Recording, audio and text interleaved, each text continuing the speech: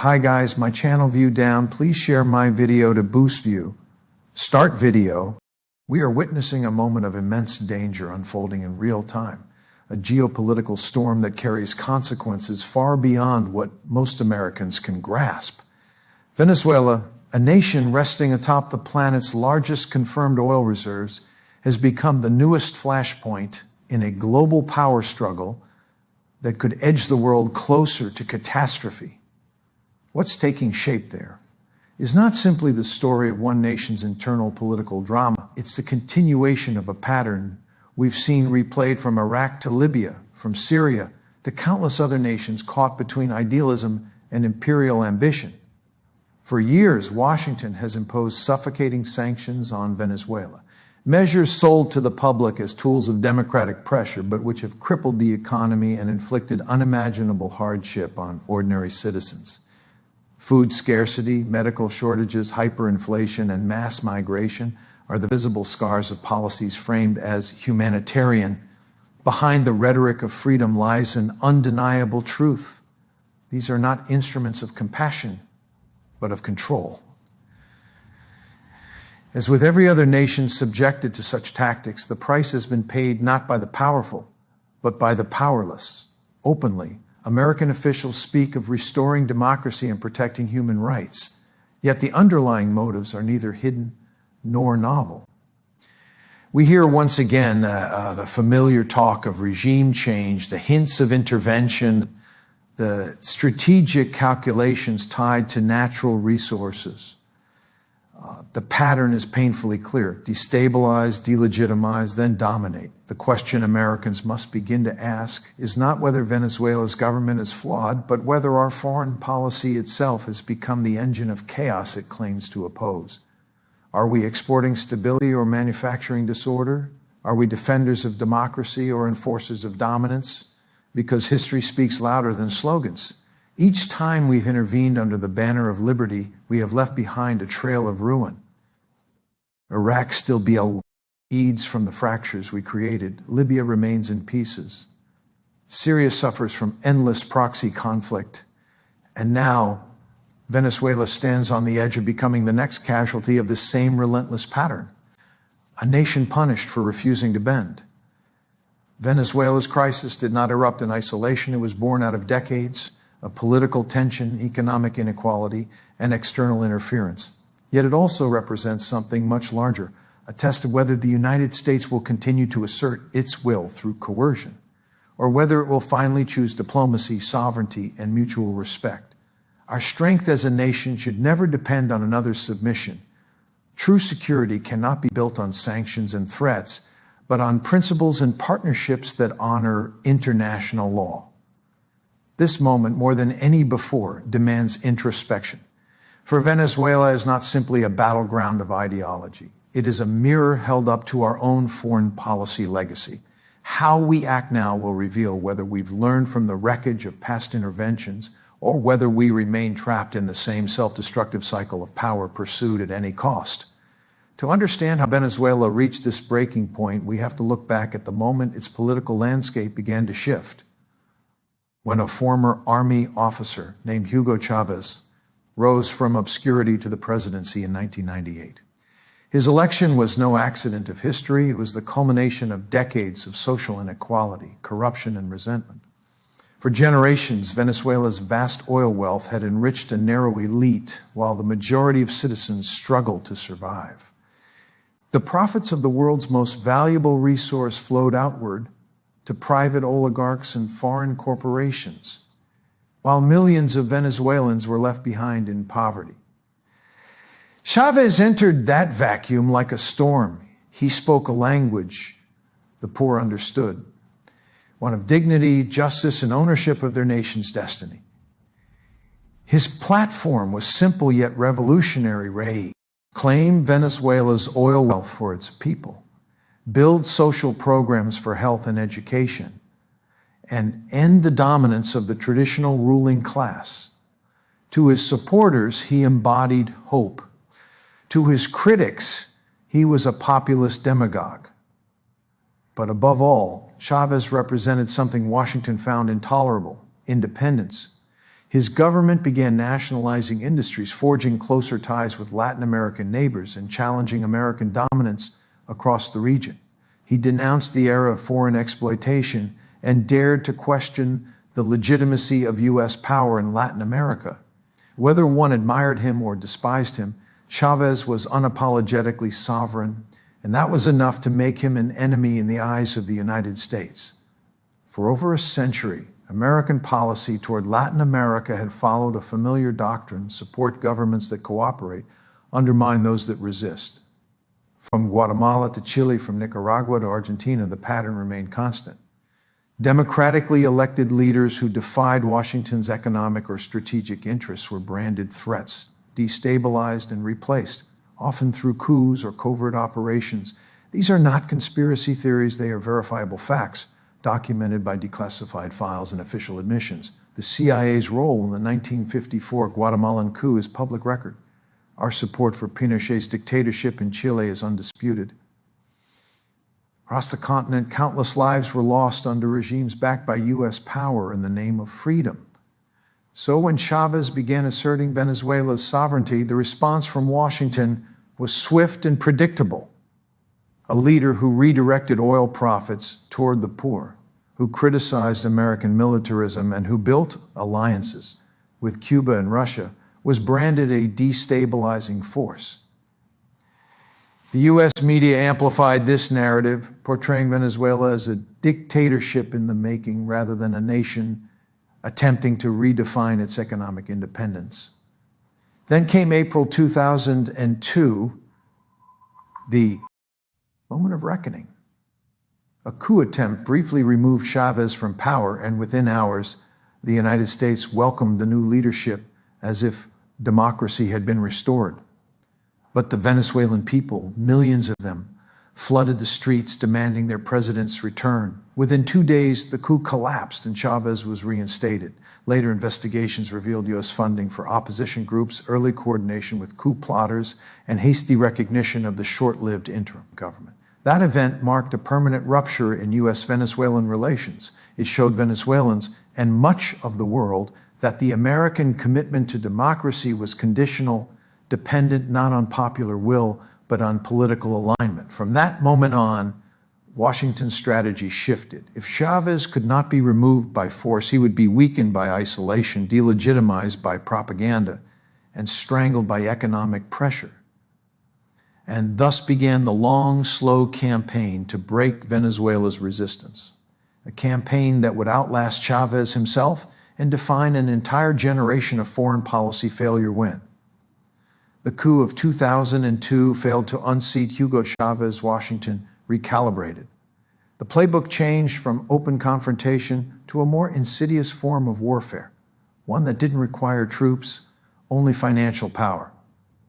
What followed was an intensifying campaign of economic pressure designed to erode Venezuela's stability from within while maintaining the illusion of diplomacy. Sanctions were introduced as the peaceful alternative to war, the civilized way to punish governments without bloodshed. But modern sanctions are not benign. They are precision weapons that target the lifelines of an economy. They cripple industries, freeze assets, block access to global banking, and intimidate other nations from engaging in trade. The effect is the same as bombing infrastructure, only slower and easier to deny. By the mid-2010s, sanctions against Venezuela had become one of the most comprehensive and destructive in modern history. The United States didn't just restrict government officials or arms sales, it went after the country's oil sector, the source of 95% of its export earnings. It cut Venezuela off from international financial systems, seized billions in overseas reserves, and threatened secondary sanctions against anyone who dared to do business with Caracas. It was economic suffocation disguised as moral action. The results were devastating. The Venezuelan economy imploded, contracting by more than 3/4 since 2013. Hyperinflation reduced savings to dust. Shelves emptied, hospitals ran out of medicine, and once thriving cities descended into desperation. The human toll became unbearable. Treatable diseases turned deadly. Malnutrition soared. Millions fled across borders seeking survival. It became one of the largest displacement crises in the Western Hemisphere, and yet in Washington, the suffering was recast as proof of the Venezuelan government's failure. The cruel irony was that the very conditions created by U.S. sanctions were used to justify even harsher measures. Officials pointed to shortages, unemployment, and collapsing institutions as evidence of mismanagement under Nicolas Maduro, Chavez's successor, while omitting that the economy was being deliberately strangled by design. The sanctions did not just punish the state. They punished every family that depended on its economy. Independent analysts began sounding alarms. The United Nations Special Rapporteur on Unilateral Coercive Measures warned that U.S. sanctions might constitute crimes against humanity. Researchers at the Center for Economic and Policy Research found tens of thousands of Venezuelan deaths linked to restricted access to food and medicine. Even American economists acknowledged the catastrophic humanitarian impact. But inside the political establishment, there was silence, bipartisan silence. Democrats and Republicans alike defended the policy as tough love, as though crushing a nation's economy could somehow teach it democracy. This is the hypocrisy at the heart of American foreign policy. We claim to oppose tyranny while employing methods that cause mass suffering.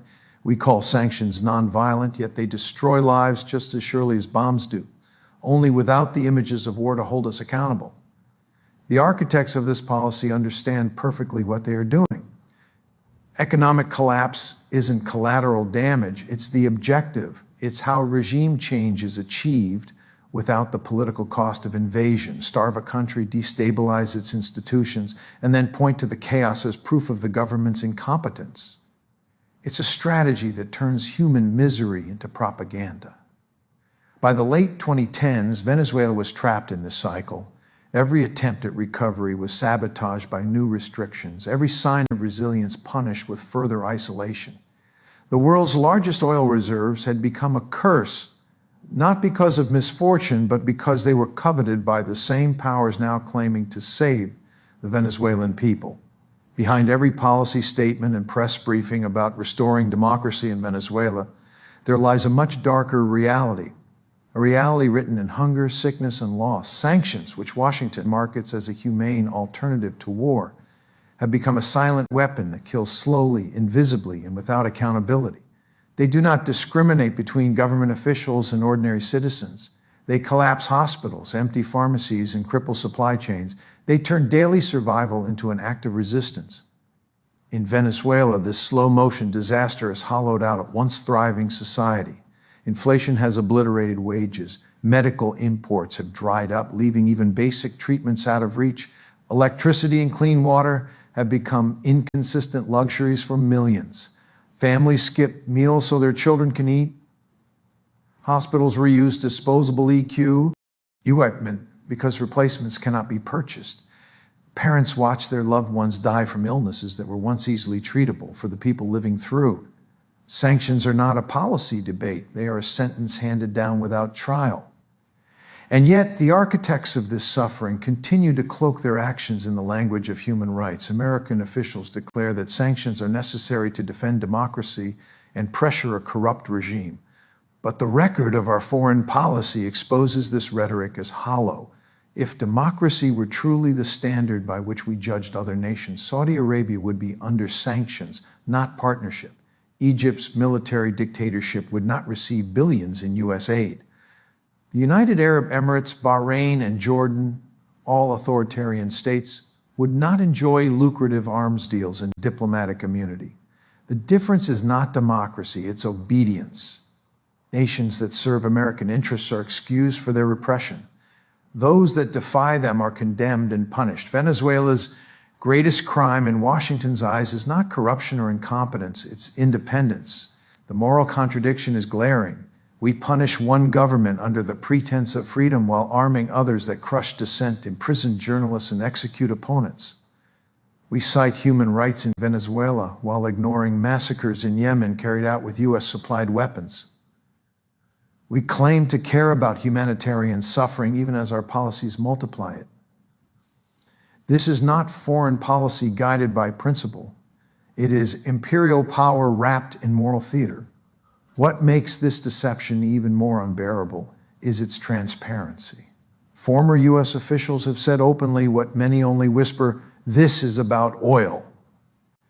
John Bolton himself stated that American companies should have access to Venezuela's oil fields, that regime change would serve U.S. interests. There was no pretense of altruism, no talk of humanitarian duty, only the cold calculation of profit and power. Venezuela possesses more proven oil reserves than any other nation on earth, over 300 billion barrels, a treasure beneath its soil that could transform its future. But to Washington, that wealth is too great to be left under the control of a government that refuses to submit.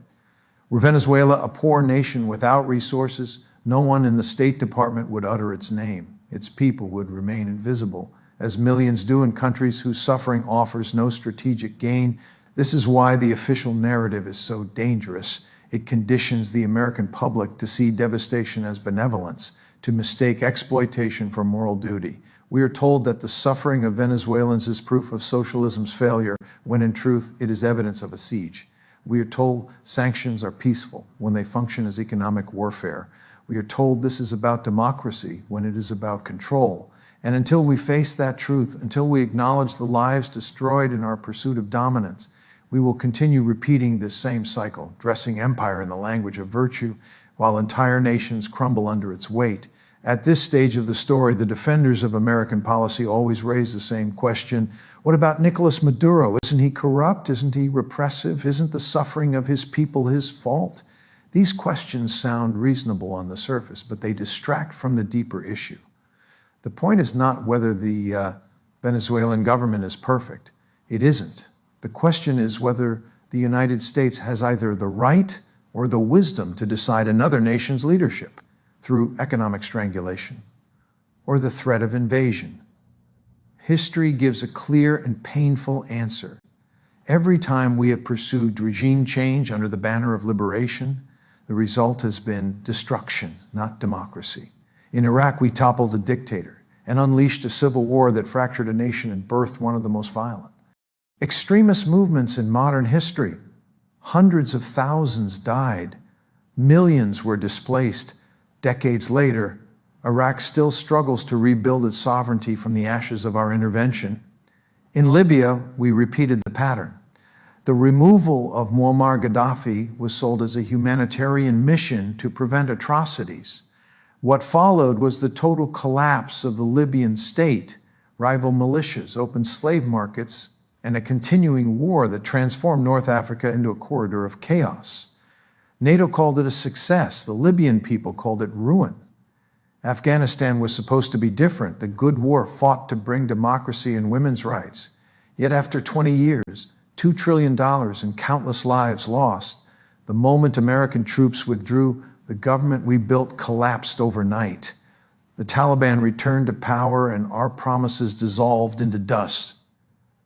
This is the legacy of American interventionism, destruction disguised as deliverance.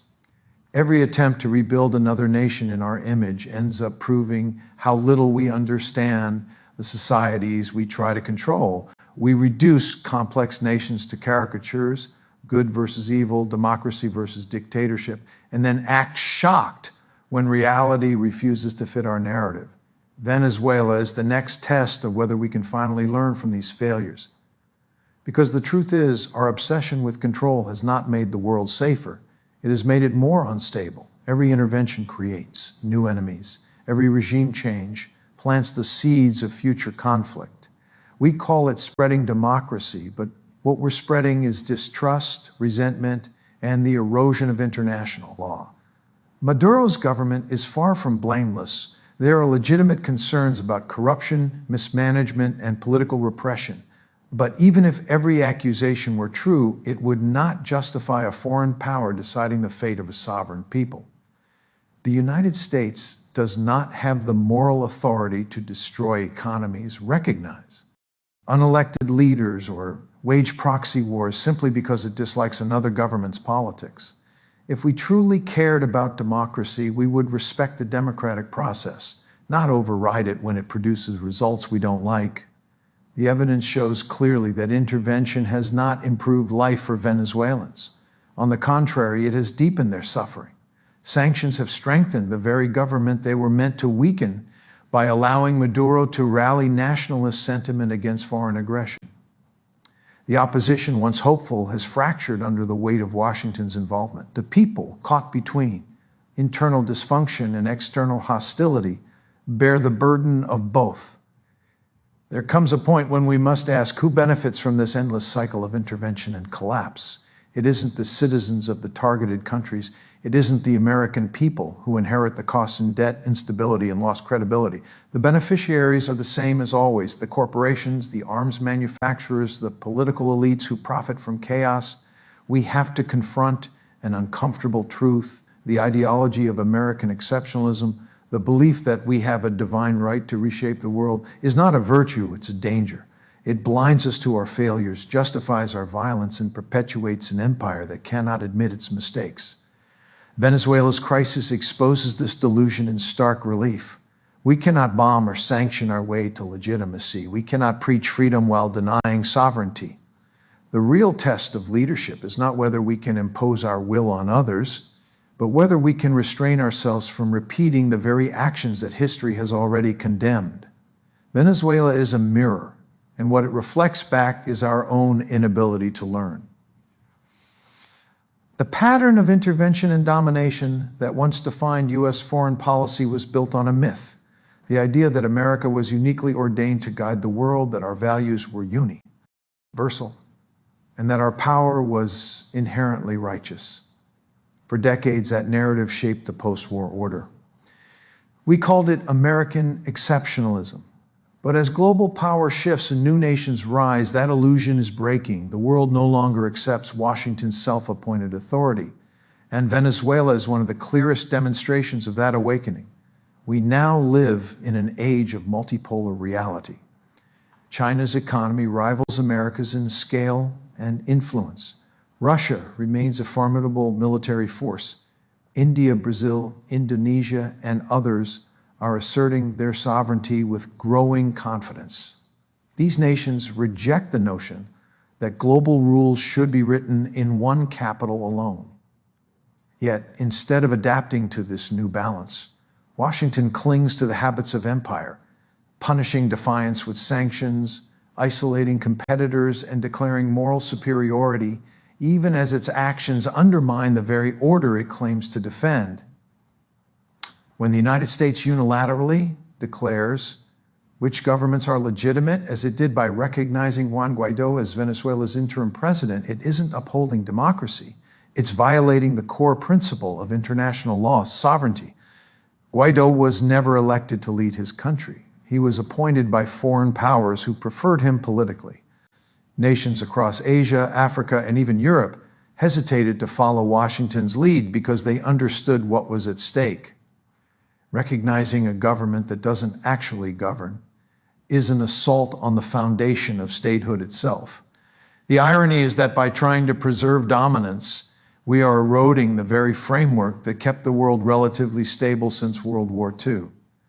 The so-called rules-based international order only functions when power respects law. When the strongest nation decides that the rules don't apply to itself, others begin to do the same. If America can impose economic warfare and declare presidents by fiat, why shouldn't other major powers claim the same right? We are setting precedents that weaken our own credibility. Every unilateral sanction, every act of coercion, chips away at the moral authority the United States once claimed. Instead of being seen as a beacon of democracy, we are increasingly viewed as an enforcer of convenience, a power that invokes human rights selectively and bends international law to serve economic interests. That perception has consequences far beyond Venezuela.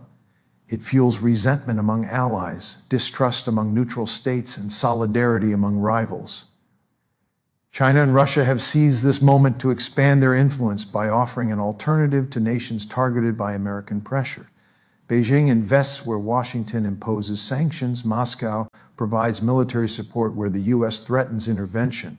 For Venezuela, this realignment has become a lifeline, but for the global balance of power, it represents a seismic shift. America's strategy of isolation has backfired, accelerating the very multipolar world it fears most. The decline of unquestioned U.S. dominance is not necessarily a tragedy. It can be an opportunity, a chance to move from empire to partnership, from control to cooperation.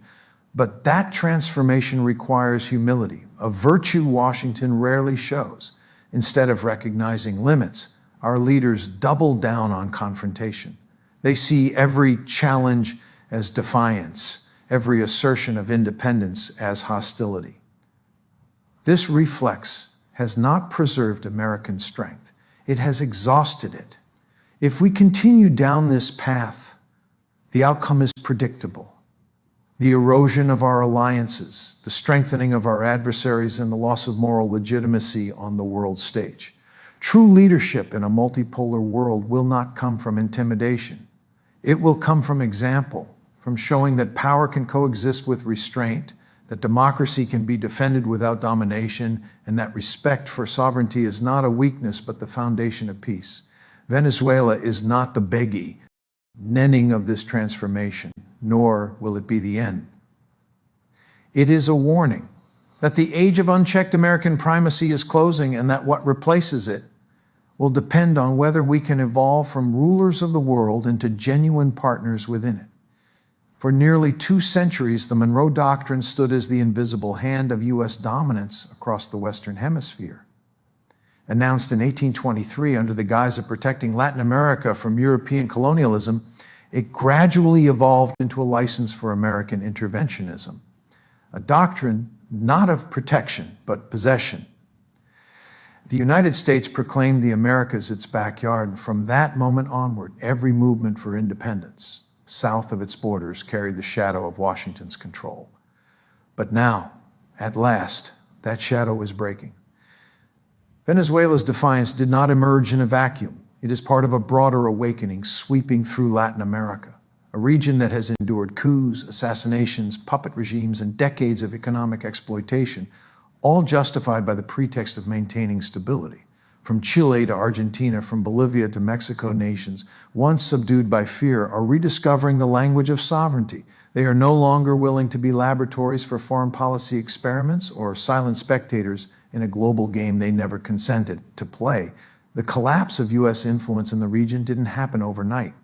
It began with years of broken promises, free trade deals that enriched elites but impoverished workers, military partnerships that entrenched, authoritarianism, and foreign aid that came with political strings attached. Every act of interference bred resistance. Every manipulation of democracy taught Latin Americans to question the sincerity of Washington's words. And every regime toppled in the name of freedom reminded the people that true independence is not granted. It is seized. Venezuela became the symbol of this resistance, not because of its strength, but because of its refusal to surrender. When Hugo Chavez spoke of a Bolivarian revolution, he wasn't merely invoking nostalgia for independence heroes. He was reviving a buried ideal that Latin America could stand as a united force, charting its own course free from external domination. His message resonated far beyond his borders. Leaders in Bolivia, Nicaragua, and even once loyal U.S. allies began to reimagine their role in a new multipolar world. Today, that vision is no longer a dream, it's a geopolitical reality. Regional alliances like ALBA, CELAC, and UNASUR, though often dismissed by Washington, have grown into platforms for cooperation that bypass U.S. oversight. China and Russia, once distant powers, now sign trade, defense, and energy agreements with Latin American nations once considered part of America's exclusive sphere of influence. The same Caribbean Sea that once hosted U.S. naval patrols now sees Russian frigates and Chinese research vessels.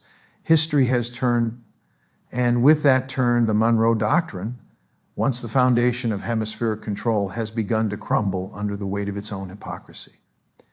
For decades, Washington warned against foreign powers interfering in the Americas, even as it orchestrated coups, funded rebellions, and imposed economic blockades.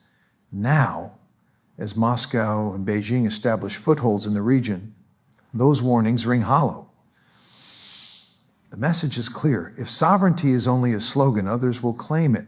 But this shift is not merely geopolitical, it is psychological. For the first time in generations, Latin American nations are redefining their relationship with the United States on their own terms.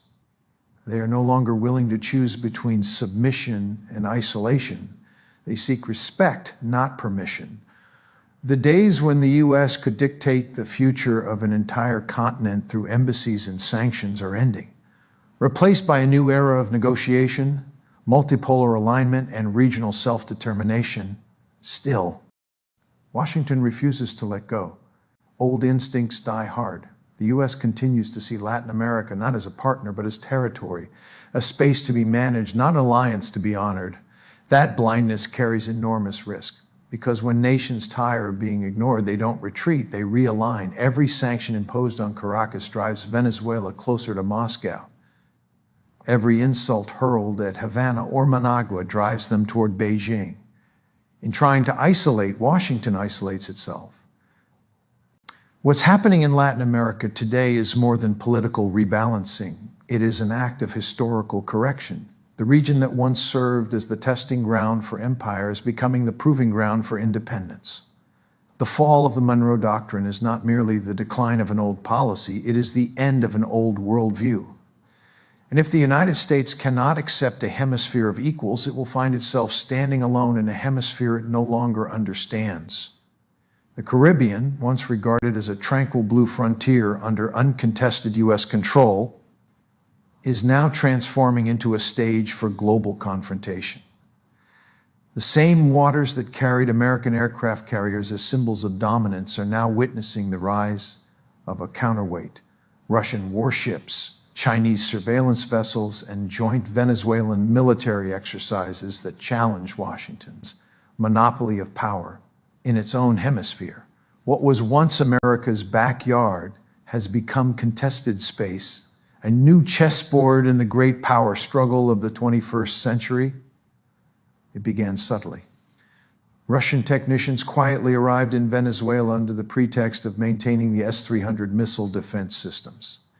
Then came the joint naval exercises, symbolic at first, but deeply strategic in implication. Russian Tu-160 nuclear-capable bombers landed in Caracas. Chinese military advisors began cooperating in cyber defense and logistics. Moscow and Beijing were no longer content with offering diplomatic backing. They were establishing a foothold in a region long off limits to any rival superpower. And for Washington, that realization struck like a thunderclap. For decades, the United States relied on the deterrent of proximity, the assumption that no adversary would dare operate within range of its southern coast. But that assumption no longer holds. The deployment of Russian anti-ship missile systems in Venezuelan territory under the guise of joint defense cooperation has effectively extended Moscow's reach into the Caribbean basin. Any major U.S. naval movement near Venezuelan waters is now tracked, targeted, and potentially within range of hypersonic weapons designed to neutralize aircraft carriers. It is a direct challenge to a century of maritime supremacy. This is more than a military maneuver, it's a message. It says that Washington can no longer impose its will through the threat of force without consequence. For the first time since the Cuban Missile Crisis, the United States faces the possibility of strategic vulnerability in its own hemisphere. Yet the context is different now. In 1962, the world was divided by ideology, capitalism versus communism. Today, it is divided by sovereignty versus dominance. Russia and China are not promising revolutions. They are offering protection to nations weary of American coercion. And the symbolism is powerful. Every time a Russian frigate docks in a Latin American port, it sends a signal that U.S. hegemony is not eternal. Every Chinese-built radar installation represents a quiet form of defiance, a declaration that surveillance, intelligence, and deterrence are no longer the exclusive tools of one empire. Together, these developments mark the emergence of a multipolar military landscape, one in which Washington must contend with power projection from competitors capable of matching and, in some cases, outpacing its technological edge. The Pentagon's reaction has been predictably aggressive: increased reconnaissance flights, expanded patrols from Puerto Rico to the Gulf of Mexico, and a surge of rhetoric about maintaining regional stability. Yet beneath the official language lies unease, because for the first time in modern history, the Caribbean is no longer a safe zone. It is a contested domain, and every miscalculation carries the potential to ignite a confrontation that could spiral beyond control. Venezuela has become the epicenter of this new standoff, not because of its size, but because of its symbolism. To the United States, it represents defiance that must be contained. To Russia and China, it is proof that Washington's reach can be challenged. To the people of Latin America, it is a test of whether sovereignty is a principle or a privilege granted by power. The U.S. Navy still possesses unmatched global reach, but power is not just measured by hardware, it's measured by perception. The sight of Russian missiles guarding Venezuelan coasts and Chinese satellites scanning U.S. naval routes is enough to shift that perception dramatically. It tells the world that the era of unilateral dominance is over. The Caribbean, once the calm heart of the American century, now beats with the tension of a new geopolitical reality. And as the great powers circle one another in those blue waters, a single question hangs over the horizon. What happens when an empire used to giving orders must learn to coexist with rivals who refuse to obey?